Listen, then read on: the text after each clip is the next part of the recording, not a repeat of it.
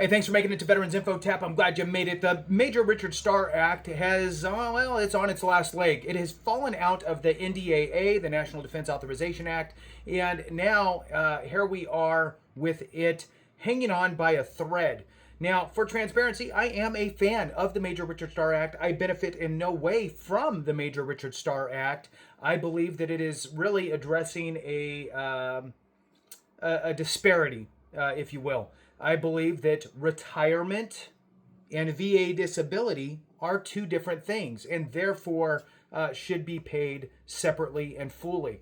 With that, let's go ahead and jump into some of the things that have transpired here. And I'm going to read to you some information on this. So, jumping into it here, it says, let's see.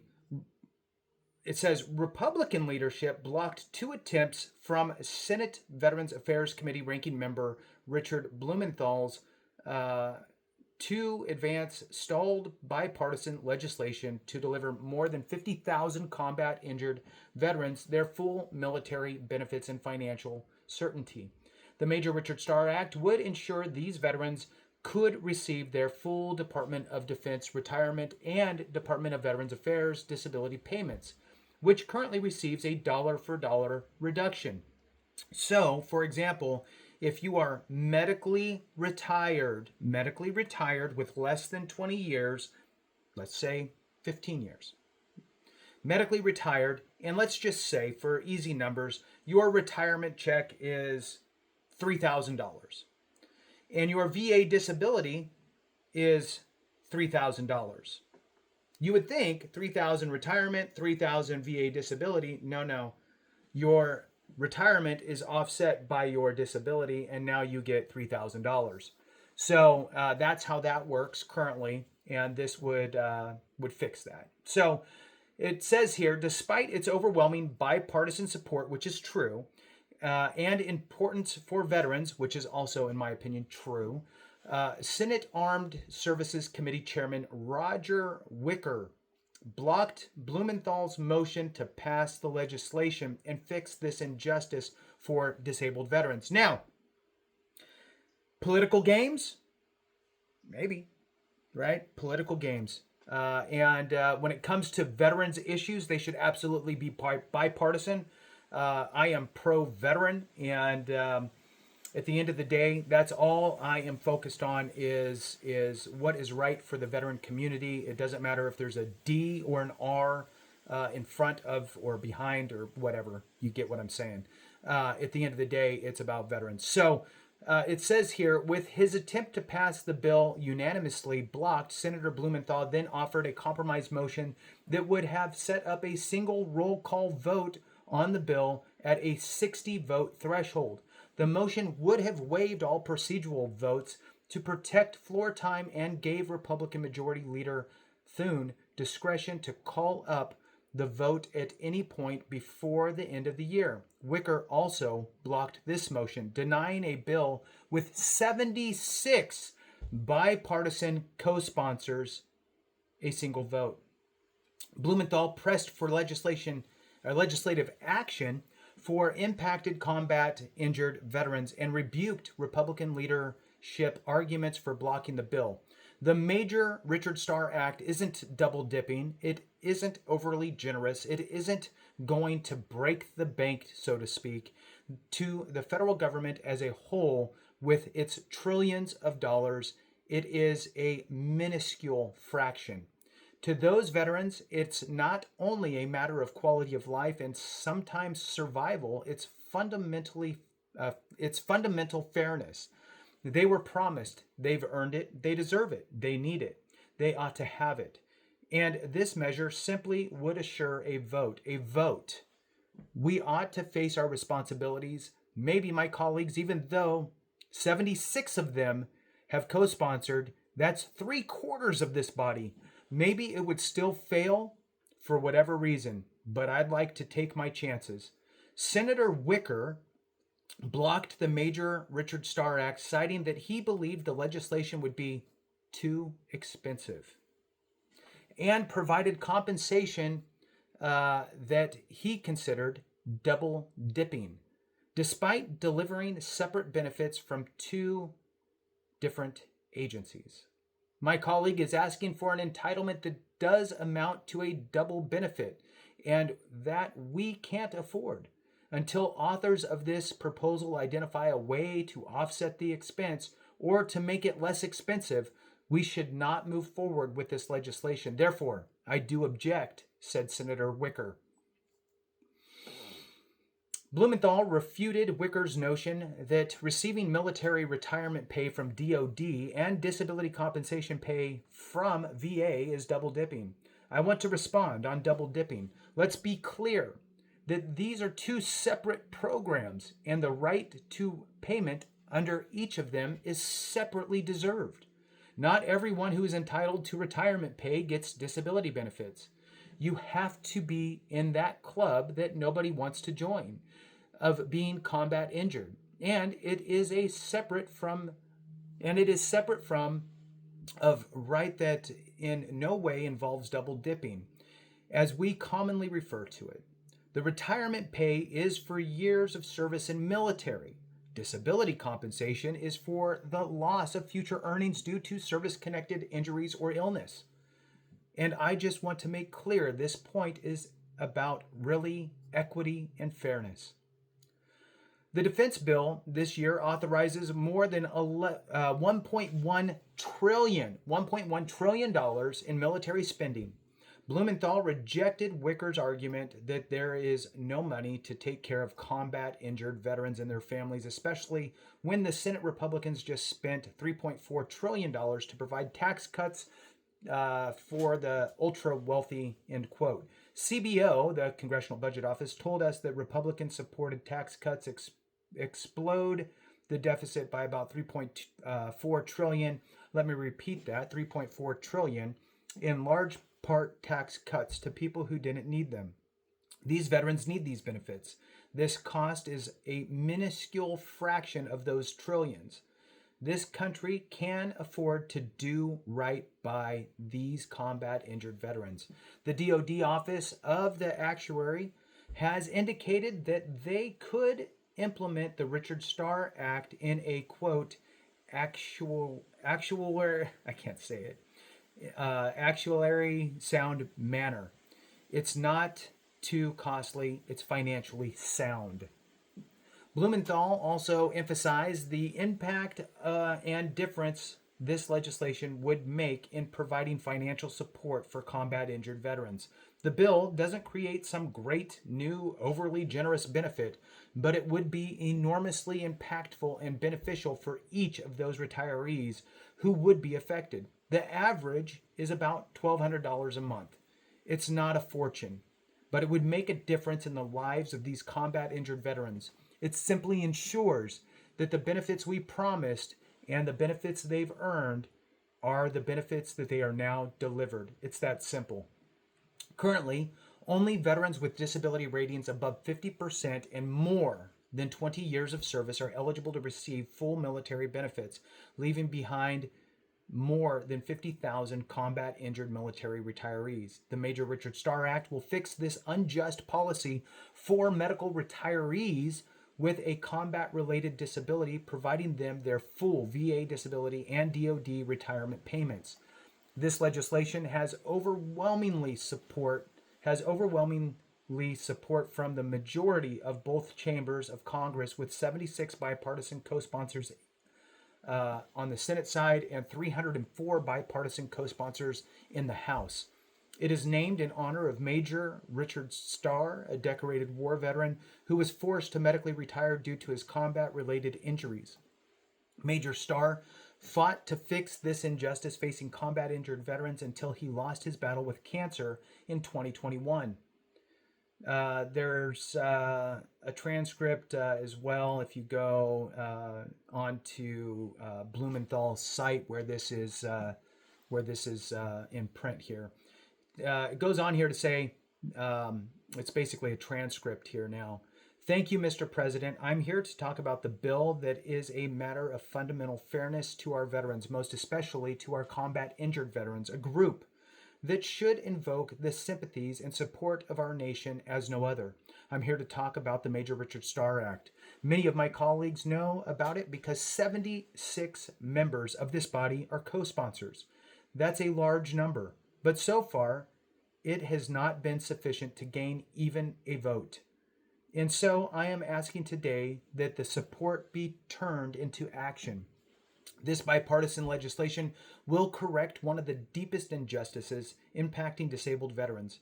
It's labeled by stakeholders as the Wounded Veterans Tax. Let me repeat, the Wounded Veterans Tax.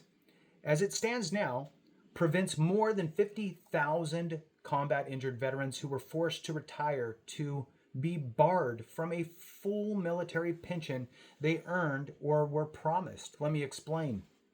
They were getting they are getting a dollar for dollar reduction of their military retirement pay from their VA disability benefits. The reduction dollar for dollar in their retirement pay is a result of their receiving those disability benefits for their combat injuries. And they are entitled to each of these separate and distinct and different forms of earned compensation. They've earned both. They are different, separate, and distinct. But right now, under current law, they're deprived of their full benefits of their pension because they were injured in combat. Just to describe this injustice should make our stomachs turn with outrage. The Major Richard Starr Act is really a common sense bill. I agree. We use that word common sense all the time in this chamber, but in this instance it seems particularly appropriate. It would right this long-standing injustice and finally provide these military retirees their full disability and Defense Department benefits. The cause is not only common sense, it's rightfully bipartisan. It has received overwhelming support, I should say. Those 76 co-sponsors in this body, but also 304 co-sponsors in the House of Representatives, and it is the collective top priority of the military and veteran service organization communities of the United States. And yet, year after year, this bill has stalled, and detractors have worked to deny a simple vote. Now, in public, critics have avoided taking a public position on the bill, and they have given lip service to veterans and advocates requesting their support. What their real reasons are, I can't say, but the fact of the matter is that these veterans have been denied this simple justice. And let me speak to those critics. We can't balance the federal budget on the backs of combat injured retirees. Doing so reneges our obligation. It's a sacred obligation to take care of veterans after their time in uniform. This bill doesn't create some great new or overly generous benefit, but it would be enormously impactful and beneficial for each of those retirees who would be affected. The average is about $1,200 a month. Some more, maybe some a little bit less. $1,200 a month. You can do the math. It's not a fortune. But it would make the difference in the lives of these combat injured veterans. It simply ensures that the veterans, it simply ensures that the benefits we promised and the benefits they've earned are the benefits that they are now delivered. It's that simple. Not clawed back as it happens now from the heroes who have sustained those combat-related injuries. The veterans and heroes involved in these bills are similar to the namesakes of the bill. Major Richard Starr, a decorated war veteran and engineering officer in the Army. He suffered from lung cancer caused by burn pit exposure. We all know about Iraq and Afghanistan burn pit exposure. We passed the PACT Act to provide care and benefits for victims of those burn pits and exposure to other toxic chemicals. They led to his retirement and his death in 2021. He was 51 years old. Until his death, he was a dedicated advocate for his fellow veterans and combat-related disabilities. His wife, Tanya Starr, walked these same halls by his side. She died in 2024. She called my staff days before her passing in tears because another Congress had ended 2024 without a vote on the Richard Starr Act. Tanya knew the tremendous difference this legislation would make in the lives of caregivers and widows like her. It would make a difference also in the lives of veterans like Pat Murray of North Kingston, Rhode Island. Pat is a Marine Corps veteran and a staunch veteran advocate. He recently welcomed a baby boy, and he was forced to move back to Rhode Island to be closer to his family because the injuries he sustained from an IED blast in Iraq made it difficult to care for the newborn. We need to be very clear. This act won't return his amputated leg, but it can provide him and his family with desperately needed financial certainty, which they deserve. They were promised. And it will also help veterans like retired Master Sergeant Gabriel Peterson of Biloxi, Mississippi. He was medically discharged as a result of a reactive airway disease. He's on 5 different drugs. They help with his breathing. It's a struggle for him to live. And this act would ensure that he can provide for his family even if no longer able to be employed. The stories are powerful and they are persuasive. They depict the scope and impact of this act. If it were passed in life-saving and life-enhancing benefits and what it means and what it will mean to the tens of thousands of veterans across this great nation. In fact, these veterans and their families think of their families deserve a lot better. They deserve elected officials who will stand up and deliver for them the benefits they were promised, the benefits they've earned, and they need them and deserve them today. I'm asking my colleagues to advance this legislation now. The principle of taking care of our veterans has never been a Democrat or Republican thing. The Veterans Affairs Committee is supremely bipartisan. My hope is that the tradition will continue, including today. So let's put politics aside. Let's put partisan differences aside. Finally, do the right thing and advance this important legislation for our nation's veterans. And so, notwithstanding Rule 22, I ask unanimous consent that the Committee on Armed Services be discharged and the Senate proceed to immediate consideration of Senate Bill 1032, the Major Richard Starr Act, that the bill be considered, read a third time and passed, and the motion to reconsider be considered and laid upon the table. The proceeding officer states, is there an objection? Senator Roger Wicker responds, Mr. President, reserving the right to object. The proceeding officer states, the senator from Mississippi, the Senator Roger Wicker states, let me say that I have deep respect for my colleague and friend, the senior senator from Connecticut. He's a veteran. I'm a veteran.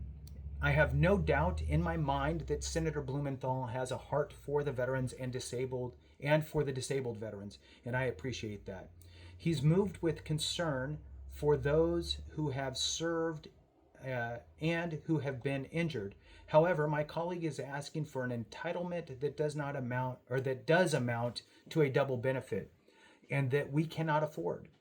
We're talking between $9 and $10 billion on the Department of Defense Authorization Act, and we're talking about adding a bill, a piece of legislation that really belongs in another jurisdiction. As my friend acknowledged, we cannot possibly add another 10 billion, 9 billion, or 10 billion to this entitlement money, to this DOD Authorization Act, and hope to pass it. And that's a reason that in Democrat majorities and Republican majorities, House Democrat majorities and Senate Democrat majorities, and Democrat administrations, this legislation has never been accepted because we simply cannot afford it. Historically, Congress has provided permanent new benefits only after we have identified an offset saving of a similar amount. There's no such offset identified in this unanimous consent request. And when we do not identify offsets, then that 10 billion or almost 10 billion has to come out of readiness, out of the strength of our military to defend ourselves in the most dangerous time we've had since World War II. So, I have the deepest respect for my friend from Connecticut and I admire his intentions. But until authors of this proposal identify a way to offset the expense or make it less expensive, we should not move forward with this legislation. Therefore, I do object. All right, so that concludes it. Here we are. So I wanted to share it with you. The end part there was the transcript. I'd love to get your thoughts on it. Thanks for watching. I appreciate you very much. Have a great one. And remember, if we don't take care of each other, something went wrong.